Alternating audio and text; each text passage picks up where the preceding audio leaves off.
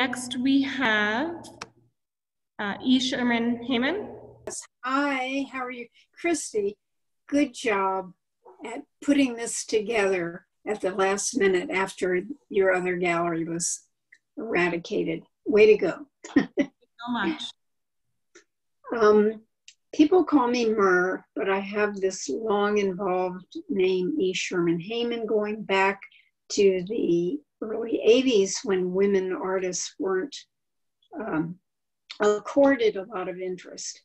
But I do want to say, going back to the early 80s when I was just getting off my feet as an artist, I used to read the Philadelphia Inquirer every morning.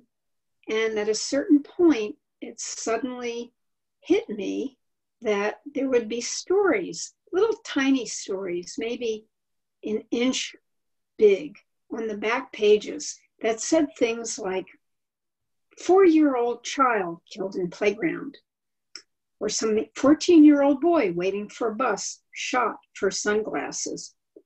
And after a certain amount of time, I started collecting all these news stories. And it used to drive me crazy because why weren't we as a nation running down the street screaming for help? What is wrong with us that little children are being shot for no reason? And of course, it took me a while to see that most of these children were Black children in Black neighborhoods. So the white infrastructure of the city and all across the country weren't registering that. If a white child waiting for a bus had been shot for his or her sunglasses, it would have been on the front page. So that's what got my ire on fire. And ever since then, starting in the 90s, I started doing work about gun violence. I was fascinated with this country's obsession with guns. When I was a kid, I played Cowboys and Indians, and I had a toy gun that I loved. And I think something of that attraction to firearms stays with us, even if we don't want to have anything to do with it. We love movies that are violent, shoot 'em ups, of course, as long as the good guys win. But all of my series since then that involve gun violence, I play with the twin ideas of attraction and repulsion. And I still haven't figured it out. What is it about our culture that is so in love with guns, people feel their right to carry one supersedes my right to stay alive? I don't know the answer, and maybe we'll never figure it out. But since, for decades, my work has been about social issues, but gun violence I keep coming back to. And that's pretty much, that explains this piece that Christy picked for the show. Has a very, very bright palette. It pulls you in. It's supposed to be seductive looking at the colors, but there's various overlapping imagery about guns and little quotations about violence. So hopefully the colors pull you in. It's seductive, but then you get close enough to read what I want to say. Thank you. Thank you, Myrrh. Our next artist is a duo, Cheryl Gross and Nicelle Davis. Cheryl animated a story, and luckily it's actually on the TV screen right now. And Nicelle did the poetry, which it's on mute right now so that we can hear people. But Cheryl, you can unmute yourself and share a little bit about yourself at this point. Okay, I'm Cheryl Gross. Hi. And sorry about that. I was trying to get off of my phone. I was having dinner downstairs, and I didn't realize that I had to speak. So I ran upstairs and got confused. Anyway, so here I am. Active shooter event. Well, first off, let me talk a little bit about Nicelle Davis. She's a poet that I work with a lot. She is very hardcore. Her topics are very sensitive and bloody and disturbing. So myself as an illustrator, I try to make her words a little more palatable, but by not compromising what her message is. Anyway, so the active shooter event is something that happens at schools. Police rush in to a classroom. They usually give you a warning, but it's not really a warning. They just kind of like just do it. But anyway, so the police rush into a classroom with their guns drawn and scream out, "Bang, bang, you're dead," and scare the shit out of kids. And I don't know what the real purpose of that is, because it doesn't prepare anybody for anything. But Nikel works in a community that is basically non-white, mixed race, Indian, I should say Native American, Mexican, a Chicano. She lives in California, and she was caught completely by surprise by this whole thing. And it really scared the shit out of her and her students, who were very young. And so she wrote a poem about it. And she was very angry. And I don't blame her. So I illustrated it. And we usually do a lot of motion graphics or animations together. So that's basically, that's the gist of it. It's about the reaction of the students and her, and how she felt about it. It's a powerful piece. It really is. And when I first viewed this piece, it really struck me, and it really hit a chord in me when I was watching it. So thank you so much for sharing this in our exhibition, Cheryl. Well, thank you very much for having me. I was very happy to be able to submit it. So, so our next artist is Joy on Fire. They are a Trenton band. And Dan, and are you there?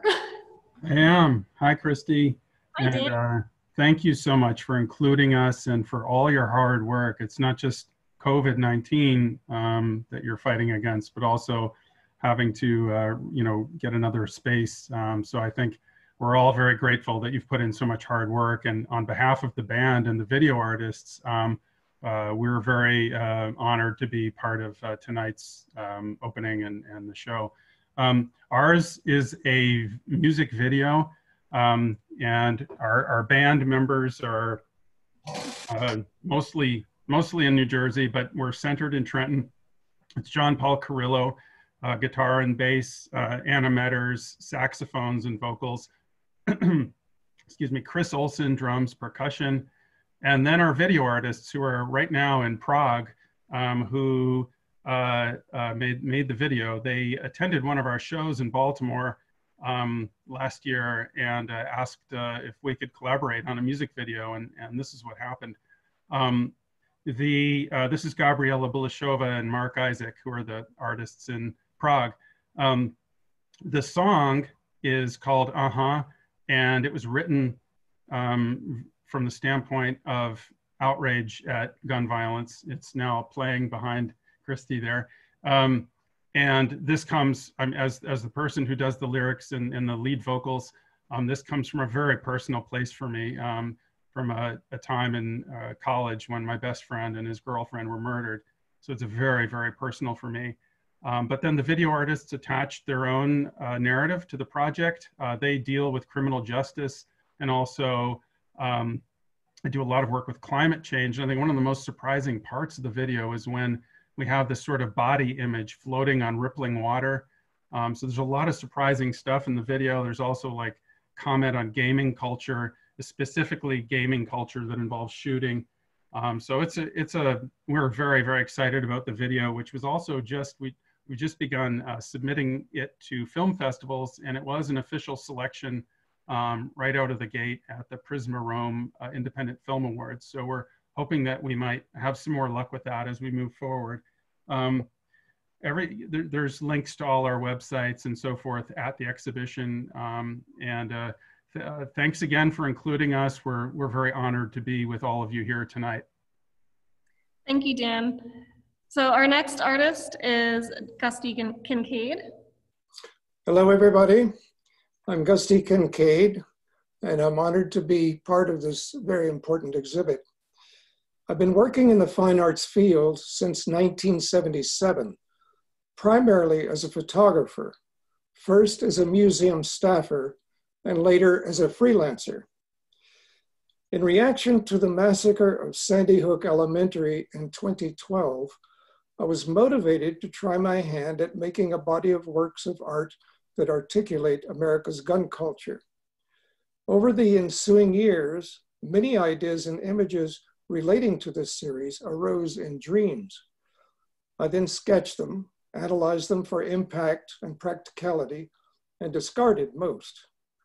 I then made 18 works that have been completed so far, now in a collection called Gusty's Gun World, which could be found online at gustykincaid.net, and I'll repeat that address later. The essence of Gusty's Gun World is to ask how the privilege and freedom demanded by one group can be balanced by another group's wishes for safety from violence. The collection also suggests that when one group's excessive power overrides the interest of the majority, mainly through legislative conniving, legal sophistry, and public bullying, we must ask if the situation reflects a failure of our democratic institutions. Through presentation of carefully honed artistic imagery, exhibitions such as Thoughts and Prayers might jolt awake many Americans sleepwalking through the national health crisis brought on by guns. I should emphasize that I'm not anti-gun, which would be a futile position. As a soldier in the US Army, I earned an expert badge in marksmanship. Again, that website, if you have a chance, you want to go to it, is this. I'll try to hold this steady. GustyKincaid.net or Gusty's Gun World. Either one will get you to the website, and that will show the two works that are in this exhibition, plus a bunch of others, both 3D and 2D works. Thanks and good luck, everyone. Thank you, Gusty. And Gusty is featured in the virtual exhibition, which we will be sharing as soon as we finish our introductions. Our next artist is Tally Margolin. Tally Margolin has two pieces in this exhibition titled Gun Parts 1 and Gun Parts 2. They are acrylic, pencil, and paper on cardboard. Tally Margolin is a visual artist working in acrylic, oil, and mixed media. In her paintings, Margolin focuses on creating an airy transparency and light calmness and emotional authenticity. In mixed media works, she presents a contemporary approach to traditional drawings methods, crossing a boundary between drawing, painting, and sculpture. Margolin juxtaposes this graceful aesthetic with the more physical process of ripping, breaking, and constructing, incorporating uncommon textures and materials.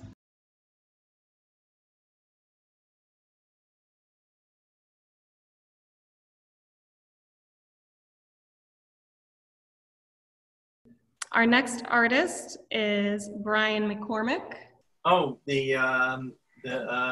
that's my piece there. The Good Guy with a Gun. It's basically based on Wayne LaPierre's statement that kind of simplistic and almost stupid statement and about the only way to get a bad guy with a gun is with a good guy with a gun. So I thought I would make this. Yeah, it was after a lot of different. He had some kind of I guess a at one of their meetings. He got up there and said that, and I thought it was kind of dumb. So I figured, well, why not make something really dumb? And so I made this flat cutout that the intention was to put it up everywhere and on people's lawns and take pictures of it. But I did do a whole series of them with him standing at national monuments and in front of the White House and Disney World, and you know, sort of like those figures that you put out on your lawn that protects your lawn from it's kind of like a predator that you put out to, you know, like a wolf, you know, silhouette or an owl silhouette to keep small animals away. So you know, that's the basis behind it.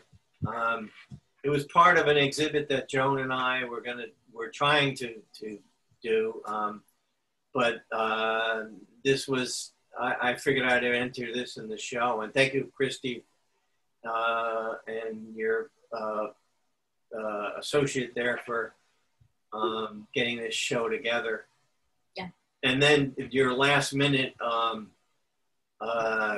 you're able to really hustle and. That's why they call it art hustle. Yeah, not to make a pun.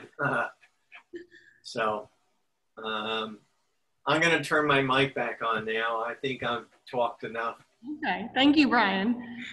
And as Brian mentioned, I did skip a line, so I'm going to go back to Kathleen Hurley Liao. Kat, are you in the chat?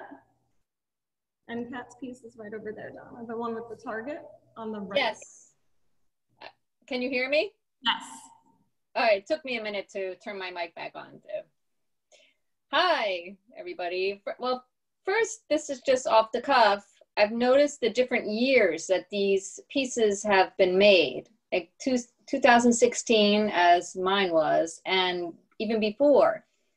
And it just gets me all riled up about how relevant these still are today. It's upsetting, but it's a powerful exhibit. So thank you, Christy and Chashima and everyone involved. Okay, I'm Kathleen Hurley Liao. I'm a mixed media abstract, for the most part, artist. I have a studio in Hightstown, New Jersey, but I'm mostly active in the Trenton arts community. That's where I met Christy. And I'm just so delighted to be newly connected with Chashima. This work is called Midnight Stroll, Moving Target. Integrates my increase I'm expressing my increased awareness regarding gun culture and violence against Black men. The target in the near center is my target from rifle practice at Women's Day at our local suburban gun club. I'm not a member, but I wanted to experience this, you know, what it's like to be behind the gun. And so that's my rifle target. I also shot a pistol for the first time. And I just remember coming back from that whole experience and I was literally shaking. The power behind the guns, just shooting at paper, is tremendous. So just imagining that the gun was aimed at a human figure was very disturbing. And after the whole experience, I'm giving promotional materials for the NRA. So it was a lasting experience and a real eye-opener as to how you can be sucked into all this kind of activity. The figure is juxtaposed to the target. I guess I started the piece with the target, but then when I put the figure in, the target became for me a kind of moon. So here's a Black man out for an innocent evening stroll, but he himself could become a target. You know, this is an innocuous stroll that could culminate in disaster. it speaks to the vulnerability of Black men anytime they step out of the house. As a parent of a son, I was, something that particularly pierced my heart was when I read about conversations that Black families had to have with their sons. It was called The Talk. And these are, the talk was not about the birds and the bees. It's about what to do when you're stopped by a policeman. You know, I've never had to have that talk with my son. And I'll never take that for granted. So I guess the rest is open to anyone's interpretation. The energy in the piece, I think, is my feelings about the experience on the target range, and about becoming more aware of the dynamics between, you know, within the African American family, and also the dynamics of society and Black people who are just going about their business. Thank you, Kat. So our next artist is an arts collective, and they tend to be anonymous. They are a Trenton anonymous group. So I don't know if they're in the chat. And interestingly enough, they dropped their artwork into the front of our building where it's going to stay for the duration of the exhibition. If there is a representative for local artists who'd like to speak, I welcome you to do that. Yes, but Donna's going to go out to show her screen paused, show you the work that they dropped off anonymously. Can you see that? No. There you go. So they are a guerrilla group of artists who kind of just drop stuff off in Trenton street signs. They actually got in a little bit of trouble with the local city council, from what I understand. They are very big into protest art and you know, making sure that those who are in charge of their community know that they are, you know, should be held accountable for their actions. So this is their contribution to the exhibition. And like I said, they just sent me a picture 2 nights ago and said, here's the artwork. You can leave it outside or drag it in. Yeah, so I decided I'd leave it outside. Our next artist is George Lorio. He is a sculptor from, I believe, Maryland. He has three sculpted pieces in the exhibit and a wall. George, are you there? I'm happy to be a part of it. I'm a sculptor. This body of work is, but in some cases, 2 to 3 years old. Sometimes just like it seems like yesterday I made them. It's about ways of making a very, very sensitive issue very seductive. So I used toys, children's blocks, bright colors, things that are in and of themselves somewhat seductive and innocuous, but put into a new context. And dealing a lot with what we're talking about. All of us seem to have been moved by, well, at least several of us have been moved by the same thing, whether it's the rawness of guns or the terrible shooting in Connecticut with those kids. I still can hear that. And President Obama talking in terms of his mourning. And then not too long after that, we have the shooting in the church in South Carolina, Mother Emanuel, where this guy, was in their presence, in these Black people's presence, praying for a whole hour, and then he takes a gun out and shoots them, leaving one survivor to testify of his horrendous activity. And things like that, though they were very, very gruesome, I really wanted people to have access to a sense of outrage, but I didn't want to, in a sense, scarify them, even though by living through it, you all do become scarred. So the idea of using art as a narrative, as a way of bringing about a very strong sense of direction and social consciousness is really what I'm involved with. I've been an academic for years, for decades. I taught at a Quaker school. I had a lot of wonderful experiences at I taught at 4 different colleges. And even the last position at Delaware State University was very, very interesting because it's a historically Black college. Prior to that, I was teaching Hispanics on the border with Mexico. So the flavor in our community now for Black people, that in a sense they are disposable, hence shot dead, but also Hispanic people, that we can put them in cages, separate their children from them, because I knew them. I worked with them when living on the border with Mexico. It's just a horrendous sense of who we are as Americans. We're becoming a nightmare of ourselves, not necessarily reflective of what I want my child or my grandchildren to really, in a sense, emulate. So kind of gruesome stuff, but we're all kind of dealing with stuff that's not necessarily fun. Thank you, George. So I'm going to go back to the screen share so that I can see who's next up. And the next person to speak is Church of Art. So this piece is titled Red, White, and Blue.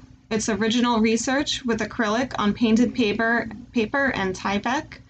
It is a list of the 365 days of the year. Each date has a location and a recounting of an act of gun violence that has taken the lives of members of a vulnerable population. There is a focus on school and mass shootings, murders of trans women of color, and children who were able to access unsecured firearms. All days of the year and all 50 states are included. With Dream Theory and the Fluxus art movement of the mid-20th century as catalysts, a painter, an occultist, a photographer, and a socially engaged artist created the Church of Art.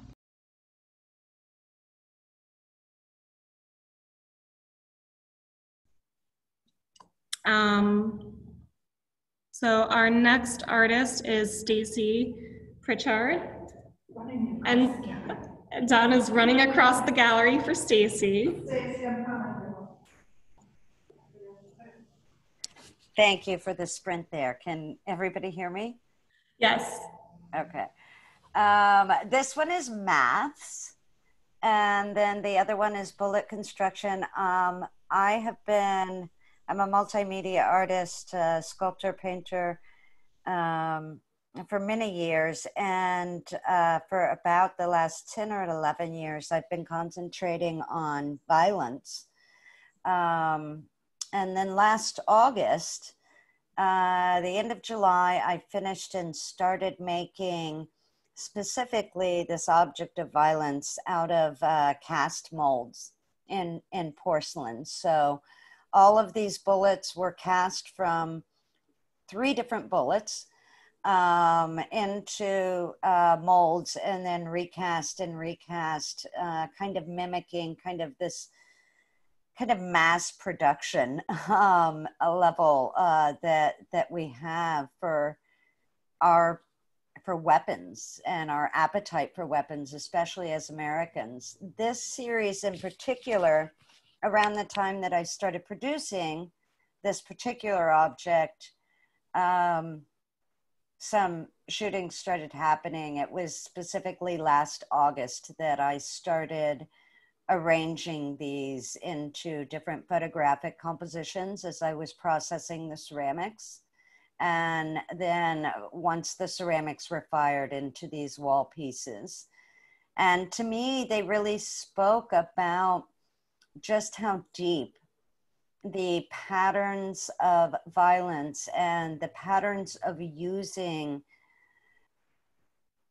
this dominant patriarchal violence to maintain control has been within the lives of on our continent specifically.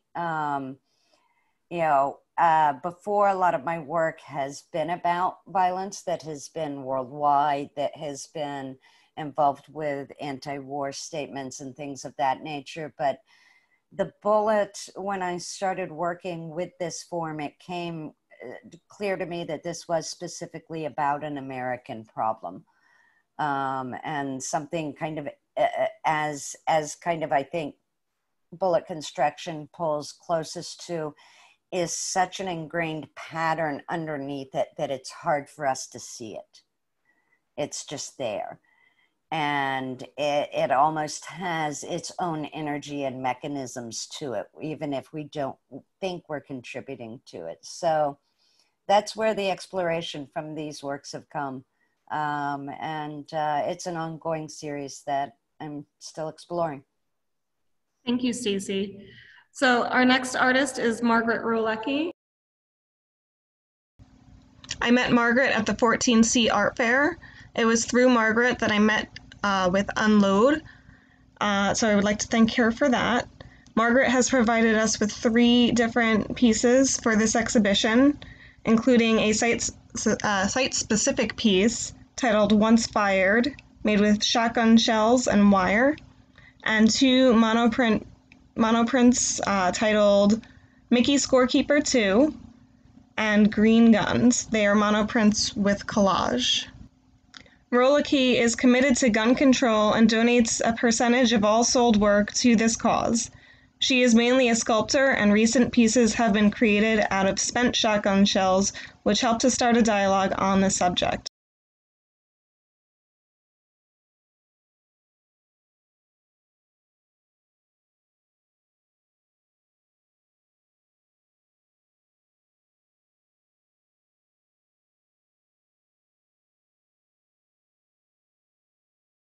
Our next artist is Dominic Sansone.